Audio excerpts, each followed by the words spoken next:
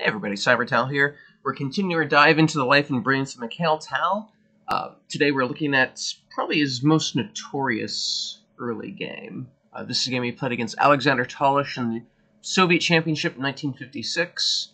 Tal-Tolush was also an incredibly aggressive player. Kasparov tells a story that a lot of Soviet players at that time had the battle cry "Forward Kazimierz." That was Tal-Tolush's patronym. Alexander Kazimierz Tal-Tolush. That's what he yelled when he would go into a chessic battle when he was playing especially aggressive moves. That sort of became the rallying cry for a lot of Soviet players at the time. So when these two players fought, they created incredibly aggressive games generally. And this game was certainly no exception. Kasparov looked at this game in his great predecessor series. It sort of highlights the progress of engine quality and analysis quality. That a couple of his conclusions and analysis now are completely frowned upon, but it's what the best that the engines could do 20 years ago.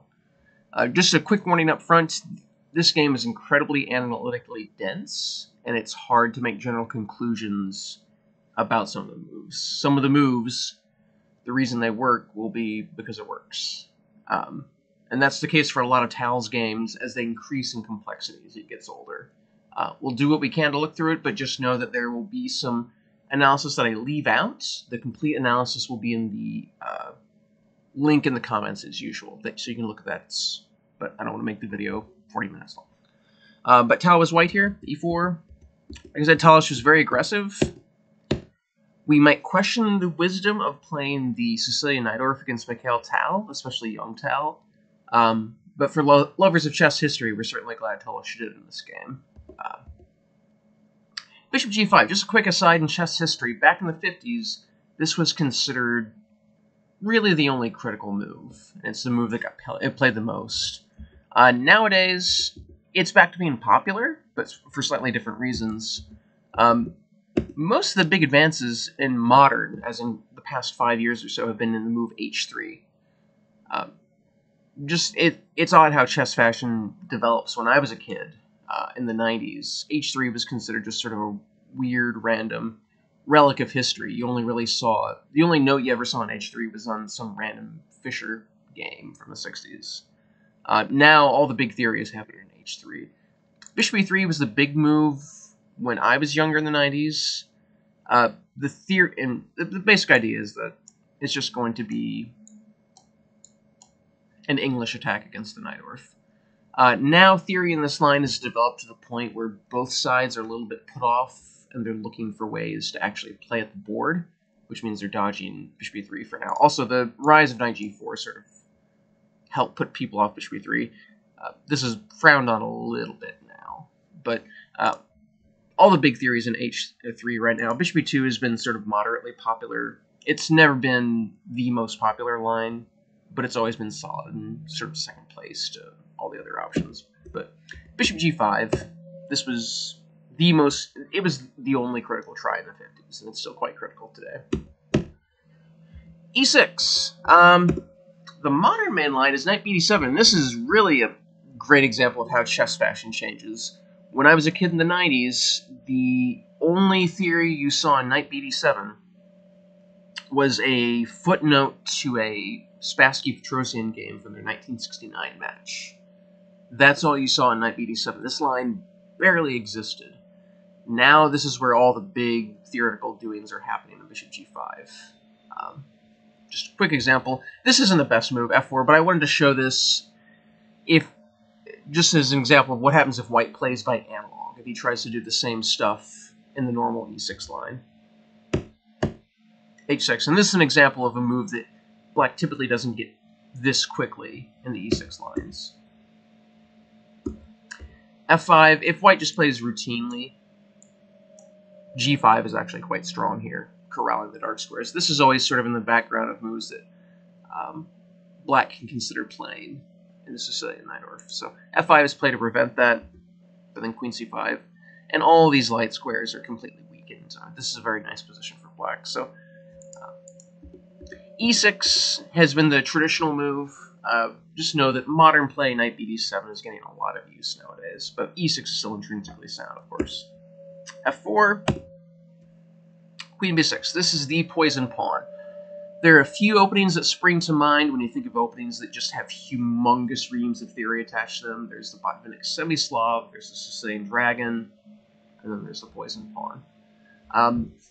The way to avoid all these lines, bishop e7, knight bd7, queen c7, all these moves have been played. Knight c6, this is a little bit less sound. There's b5, this is the Polygaevsky. Although this has quite a bit of analysis attached to it as well. But queen b6 is where all of the crazy theory is attached.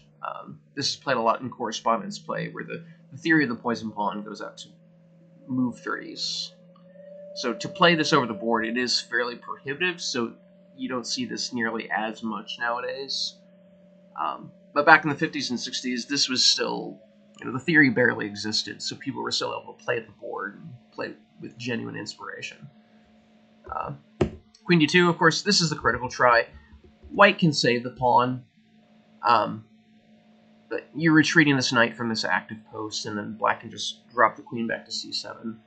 Black's fine, so queen d2 has to be the critical approach. Rook b1, knight b3 was the other approach. It seems like theory has sort of agreed that this is a subpar way of meeting, and the results agree. White scores about 8 percentage points worse in this line. Main line for this. And there's still a humongous amount of theory here. Even this isn't solved nearly at all. But black seems to be doing fine. Rook b1 seems to be the critical approach, or at least that's what theoreticians seem to have agreed on.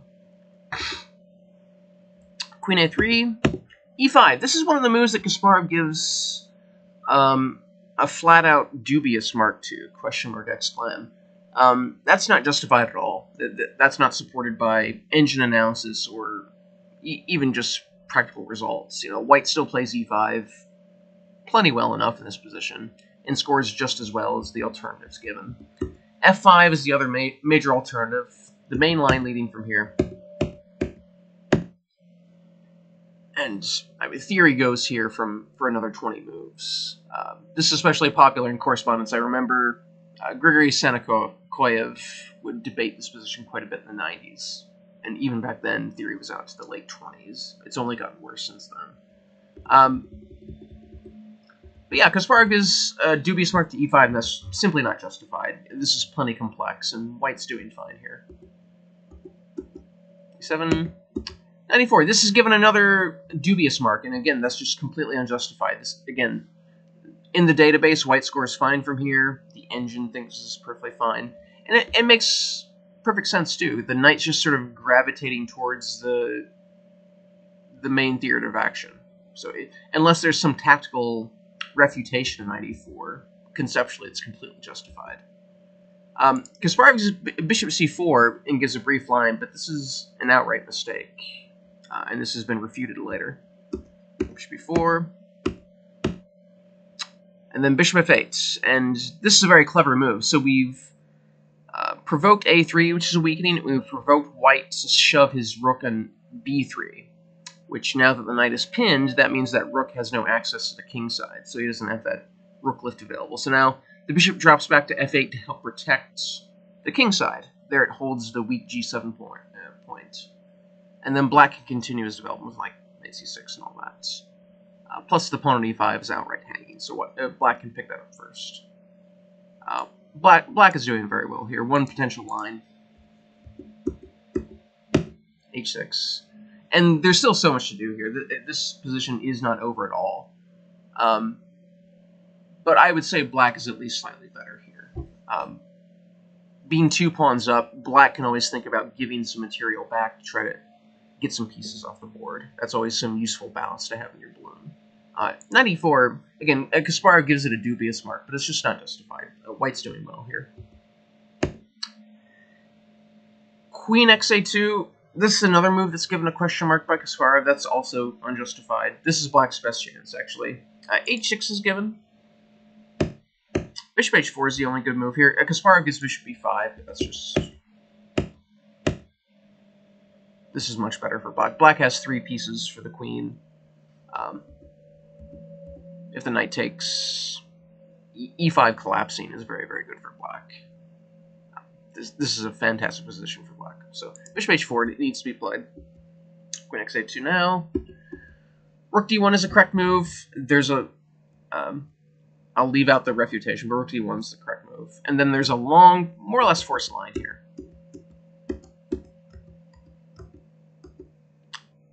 And this is still incredibly complex. You can't stop calculating here.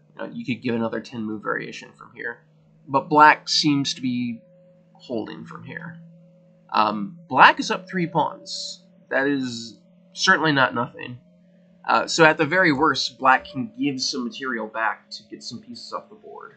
But black is solid enough. I mean, obviously with these pieces asleep in the queenside corner, black has some work to do.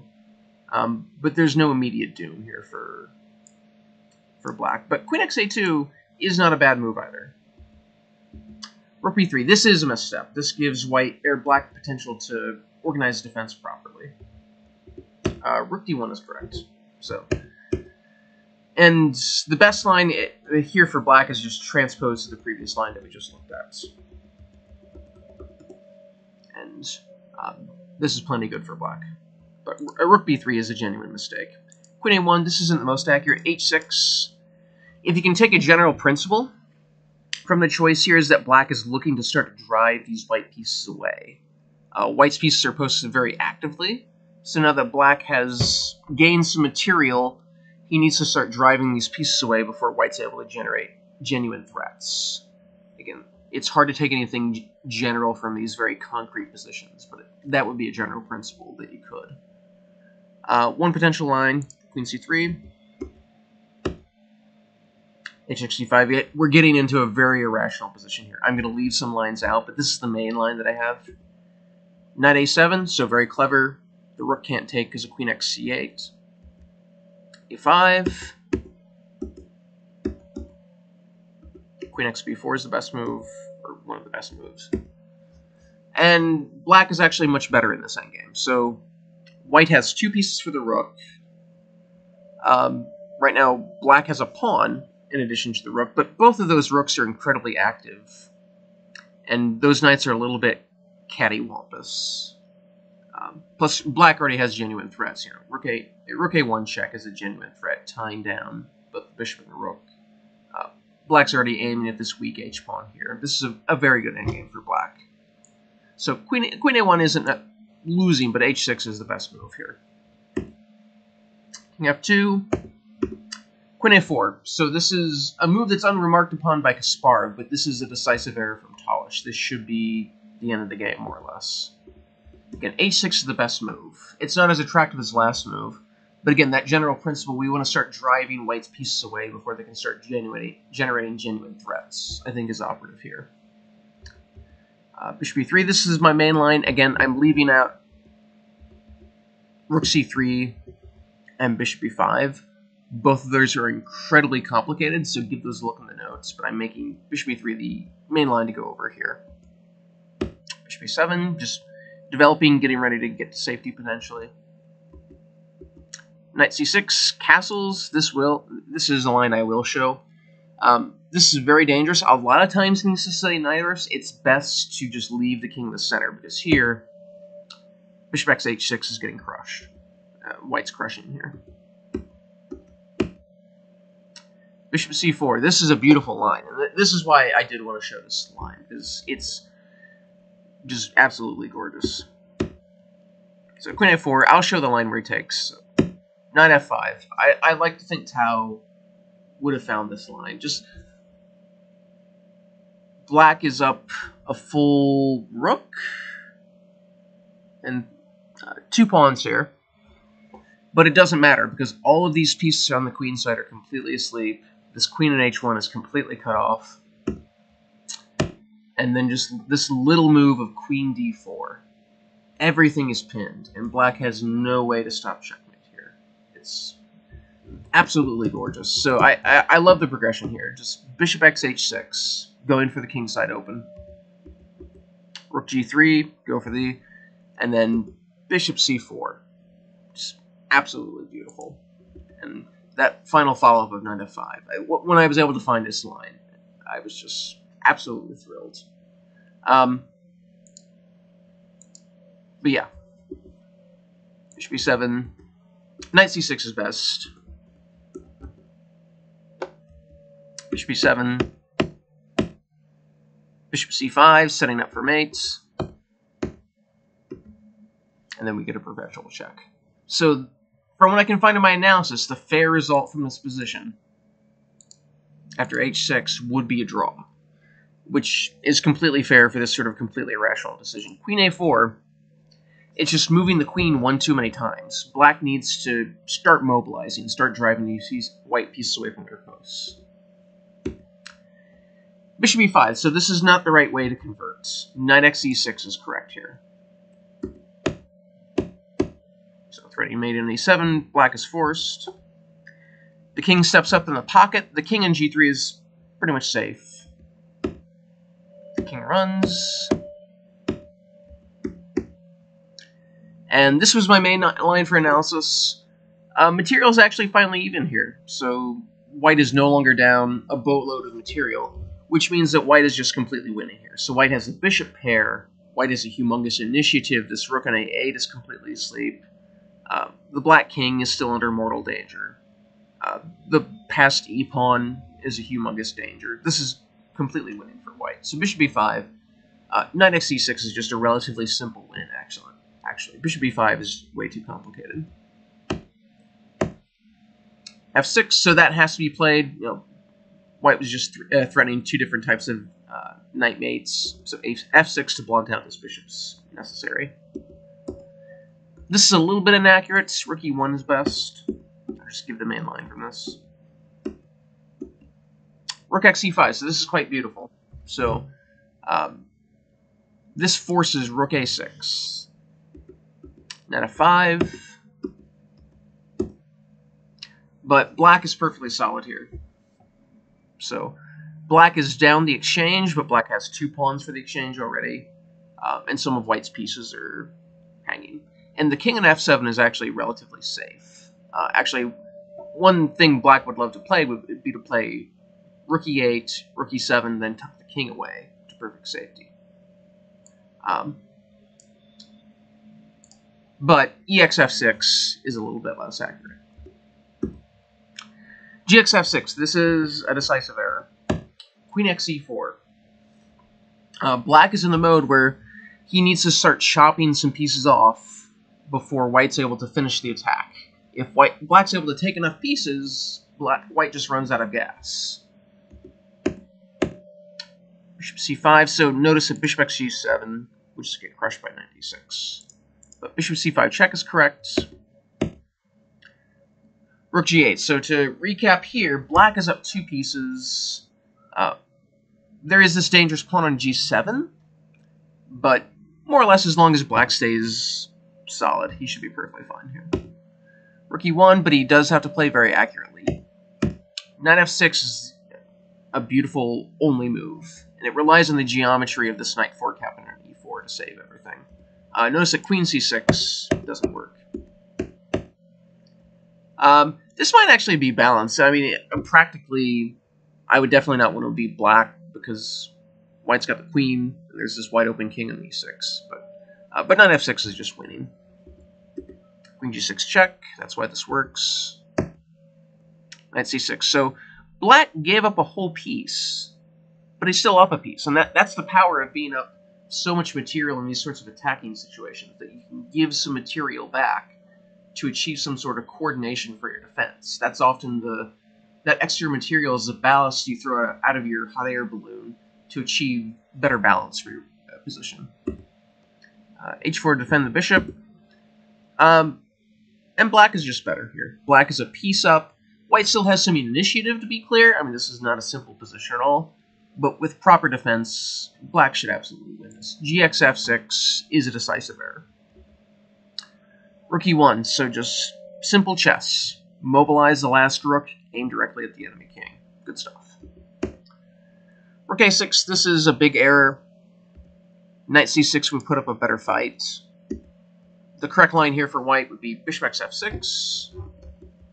Queen takes the most durable if knight takes. 94, so heading back for d6. Rook f3, lifting the rook over. Queen d6. And then that was pretty much all the forced line, and now white's just going to finish off with mates. Notice again, all these attacks rely on the fact that the black pieces on a8 and c8, all those queenside pieces, are still completely asleep. When you're down material, but you have a temporary localized advantage in material, that's when you achieve attacking success. So here, white's down a piece, but it doesn't matter because the pieces on a8 and c8 aren't doing anything anyways. But knight c6 would force white to find these things. Rook a6 just collapses.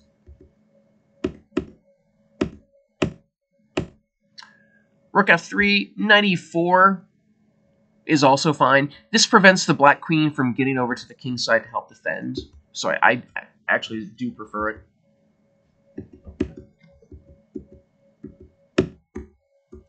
And this is actually a relatively simple line. And white's crashing through here. f6 is falling.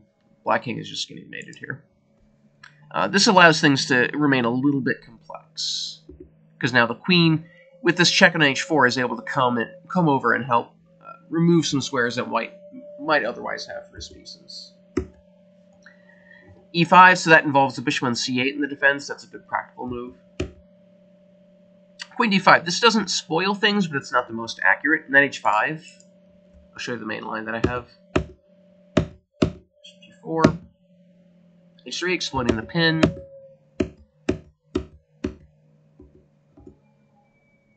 And the mating attack is closing in. The queen can always just pick up the bishop on c5 and continue the attack. So queen d5 doesn't spoil things just yet, but it's not terribly accurate.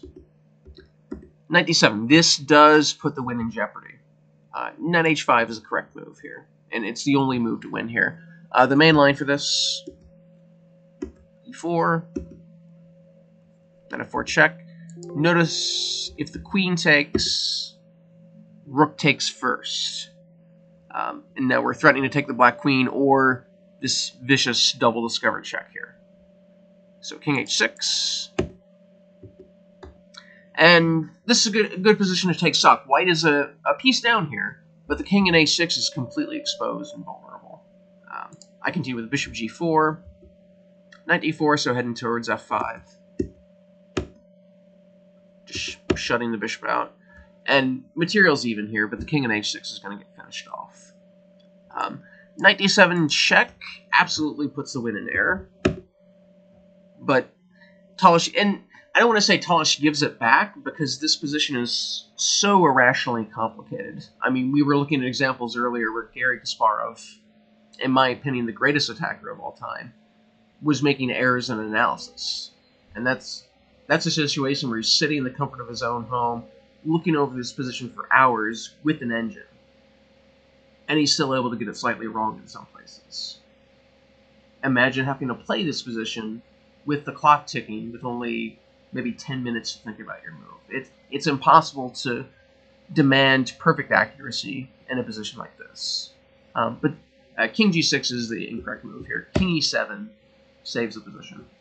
And you can again, it's hard to make general principles out of these moves because this position is so concrete, but keeping the king in relative safety is definitely a good thing here. So queen c5, king d8 loses, but king e8 holds on. There's a long main line here. I will just give this long main line without too much comment because this is close to all forced.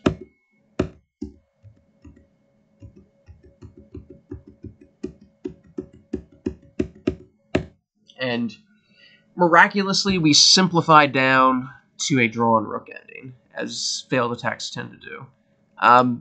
There are many other alternatives here, but the main thing to take away, king e7 keeps the black king in relative shelter and allows black to hold on to the game. And because white made that earlier choice to not play knight e4 to cut off the black king, black actually has counterplay against quieter moves. You can play queen xh2, start to get after the white king himself. But king g6 gives it back. g3, and the counter check on b7, and this is over. and Tal-Tolush resigned here. So, as you notice, there are very few general principles here because this game is so concrete. This is one of the most complex games, I would say, in chess history. This is one of those games that gets demonstrated when people are wanting to show their analytical chops, and I've shown a little bit for myself here, so to speak. But this was really Tal's first main international calling card, where people looked up and took notice and realized that they had a chess genius amongst their midst. Because to beat a great attacker like Tal-Tolush in such a way was something very few people were able to do. And this game very quickly made its rounds in the international scene, and still being analyzed today. So, beautiful game from Tal. We're going to keep diving into his gorgeous games next session. So my name is John. I'll see you then.